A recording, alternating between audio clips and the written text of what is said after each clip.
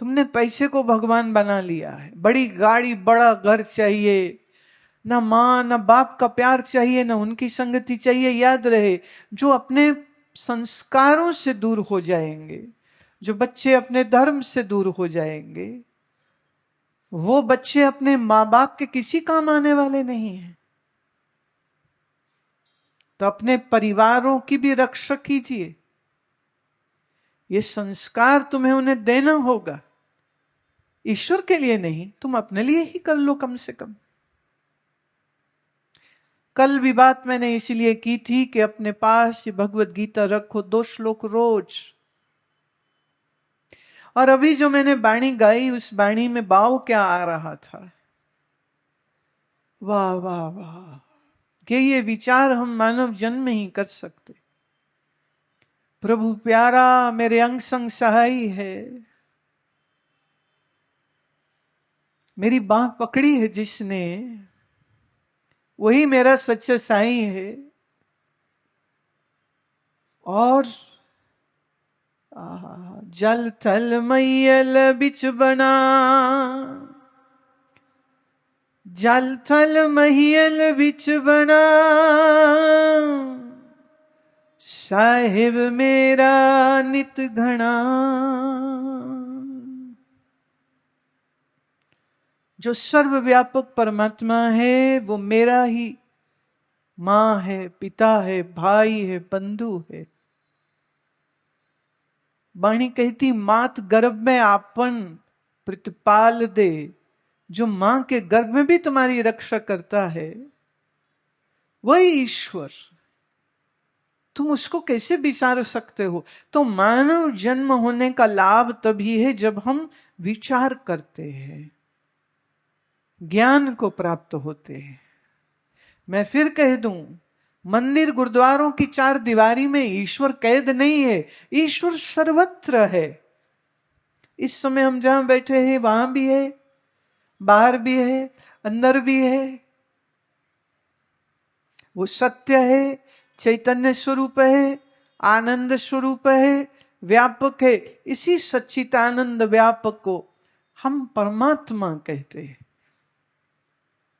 सत्य माने जो कल भी था, आज भी है, जो कल भी रहेगा। मेरे मन के हर विचार में, मेरे मन की हर भावना में जो मौजूद है। जैसे ठंडे तालाब में डुबकी लगाओ ना तो शरीर ठंडा होता है, गर्मी दूर हो जाती है। ऐसे ही परमात्मा आनंद स्वरूप है। जब हमारा मन ईश्वर में आनंद की ये डुबकी लगाता है तो अंतर बाहर शीतल हो जाता है, शांत हो जाता है।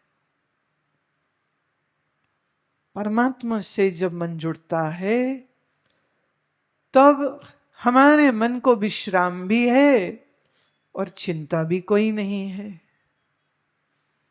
जिसको कुछ कहने की भी जरूरत नहीं है, कट कट के अंतर की जानत, पले बुरे की पीर पहचानत, छीटी ते कुंचर्य स्थूला, सब पर कृपा दृष्ट कर फूला। जिसकी कृपा दृष्टि सब पर है वही है परमात्मा। जो मेरे भीतर है वही है परमात्मा, आनंद स्वरूप है परमात्मा। तो सुबह जैसे ही मैंने अपना मन उस आनंद स्वरूपी परमात्मा के नाम स्वर्ण में लगाया, मन हुआ शीतल, मन हुआ शांत। इससे क्या है, हम जिस घर में हैं, जिस परिवार में हैं, जो चीजें हैं, जो काम करते हैं, उसमें कुछ परिवर्तन करने की जरूरत नहीं है प्यारे। घर भी अच्छा, परिवार भी अच्छा, बिजनेस भी अच्छा, काम भी अच्छा, सब अच्छा, चीजें बुरी नहीं है, पर हमारी चीजों की जो पकड़ होती है ना वो बहुत बुरी होती है। ये चीजें हमें सुख देंगी, ये ही दुख है।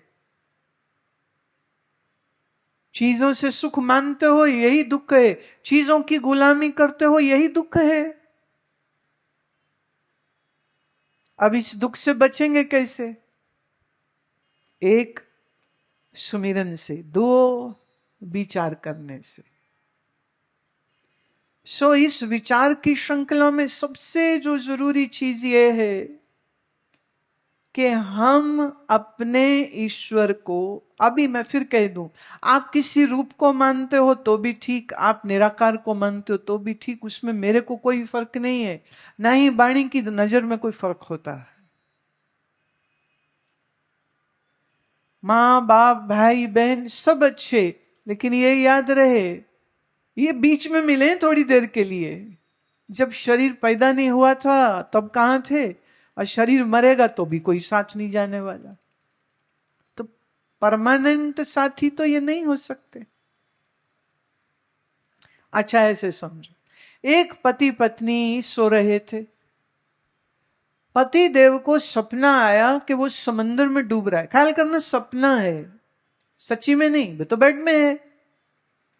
सपना आया कि वो समंदर में डूब रहा हो, बड़े बड़े सांप उसको खाने के लिए दौड़ रहे हैं, और वहां बड़े बड़े मगरमच्छ हैं वो काटने को दौड़ रहे हैं, और सागर की बड़ी बड़ी लहरें भयंकर है, और वो डूब रहा है, तर रहा है, डूब रहा है, और बचाओ बचाओ चिल्ला नहीं पा रहा, क्योंकि मुंह खोले तो मुंह में पानी जाता है, पानी जाए तो गोता आता है। पत्नी साथ में सुख से सो रही है। क्या पत्नी अपने पति को सपने के समंदर से बचा सकती? उसे तो पता ही नहीं है। पति जोर से चिल्लाया, बचाओ बचाओ बचाओ। तो पत्नी की आंख खुली तो उसने हिलाया, कहती अरे अरे जागो, कहां से बचाओ, किससे बचाओ, आंख खोलो। ने आंख खोली, बोले हैं मैं कहा हूं, बोले अपने घर में हो, क्या हो गया तुमको, लो पानी पियो, पसीना पोछो। कहता हद हो गई, इतना सच्चा सपना था, मुझे लगा मैं तो गया आज। भला हो तेरा, तूने जगा दिया, तू नहीं जगाती तो आज तो मैं मर गया था। अच्छा कोई सपने में मर जाए तो सच में उसकी मौत हो जाती है क्या? हा? नहीं होती। सपने में कोई मर जाए, अपने आप कोई मरा देखे, तो कई लोग बोलते हैं कि सपने में खुद को मरा देखो ना तो उम्र बड़ी लंबी होती। मैं कही किसने कहा है? कहते सुना है। मैं शास्त्रों की सुना करो, ऐसी सुनी सुनाई अजीब सी बातों पे क्यों यकीन करते हो?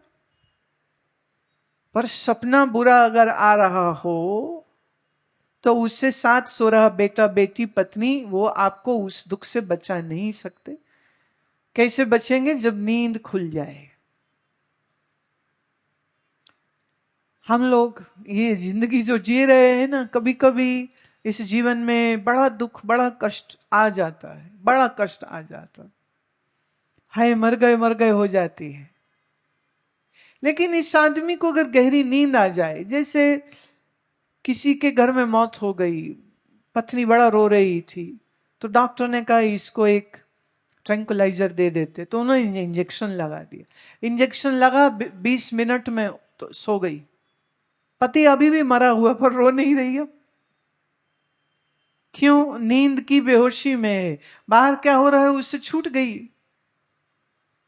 उन्होंने कहा नहीं तो इसी को कुछ हो जाएगा, हार्ट अटैक हो जाएगा इसको, इसे सुला दो। अब पति का संस्कार भी हो गया और उसकी नींद खुली, वो नींद खुली तो कहती है अच्छा क्या हुआ? फिर याद आया, अरे मेरे तो पति की मृत्यु हो गई। बोले वो कहाँ है? बच्चों ने कहा मां उनका तो संस्कार कर दिया हमने। फिर रोना शुरू हो गया। मन के अंदर तकलीफ कब आई? जब मेरा पति मरा है ये विचार उसके मन में आया। गहरी नींद में ये विचार नहीं आ रहा है तो कोई रोना भी नहीं आ रहा है। अच्छा एक बात बताओ, यहीं पानीपत शहर में रोज कितने लोग मरते होंगे बीमारी से?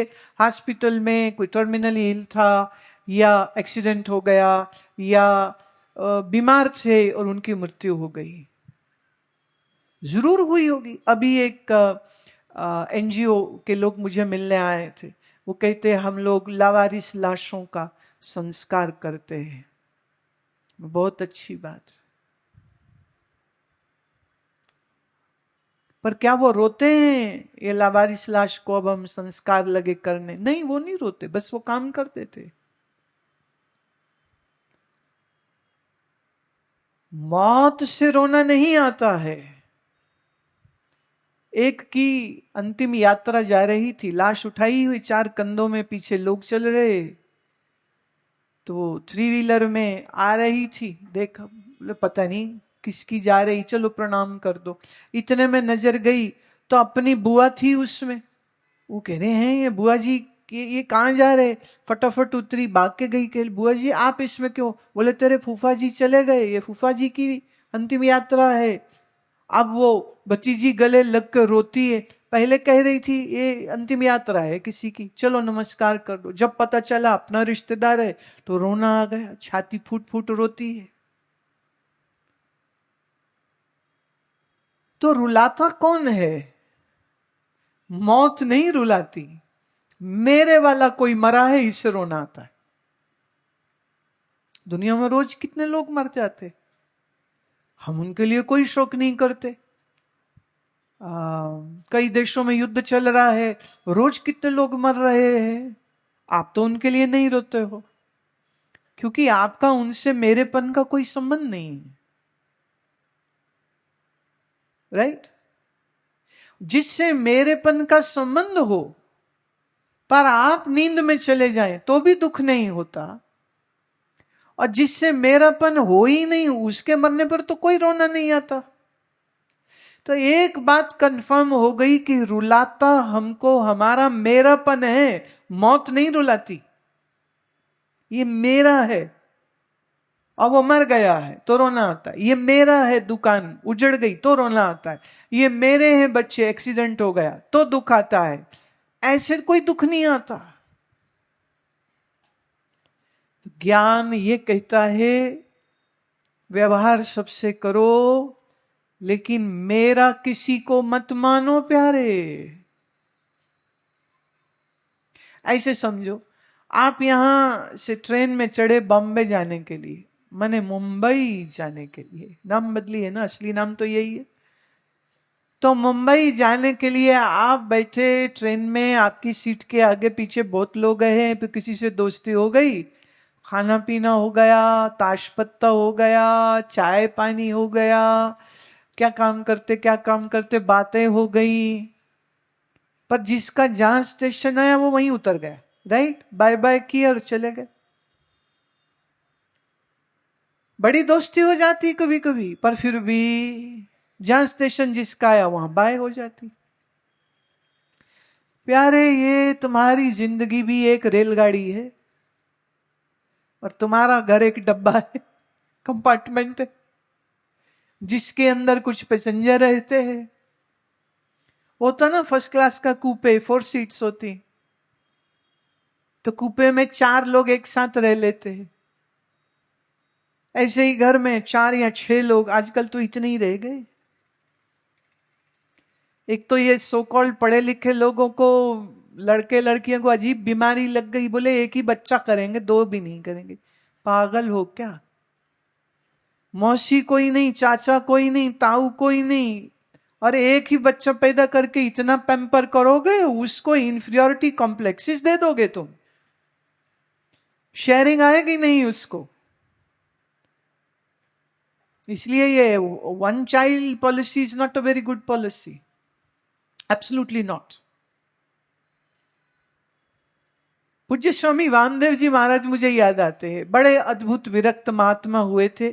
तो वो कहते थे तुम तो 6-8 बच्चे पैदा करो, 4 तुम रख लेना अपने पास, एक देश सेवा में आर्मी में भेज देना, एक वायुसेना में भेज देना, एक नेवल फोर्सेस में भेज देना, एक को मेरे पास भेज देना, मैं उन्हें साधु बनाऊंगा।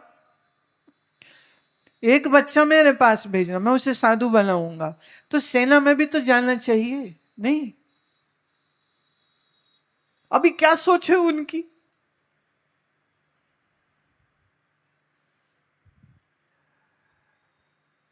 दुख मेरेपन से आता है। तो ये याद रहे कि हम परिवार के लोग सब एक साथ तो है, लेकिन जिसका स्टेशन आ गया वो वहीं उतर जाएगा, और जाने से पहले बताएगा भी नहीं कि मेरा स्टेशन आ गया, क्योंकि मालूम ही नहीं चलता ना कब। Post Covid silent heart attack बहुत ज्यादा हो रहा। जिन लोगों का लंग कैपेसिटी कम है, जिनके लंग कैपेसिटी कम मतलब कि वो जो श्वास भरते हैं वो श्वास इतना छोटा है, तो उनके लंग्स भी कमजोर हैं और उनके रक्त में ऑक्सीजन की भी कमी होती है। ये योग का विज्ञान है, इसको ठीक से समझो। वेरी सिंपल, योग का विज्ञान है ये।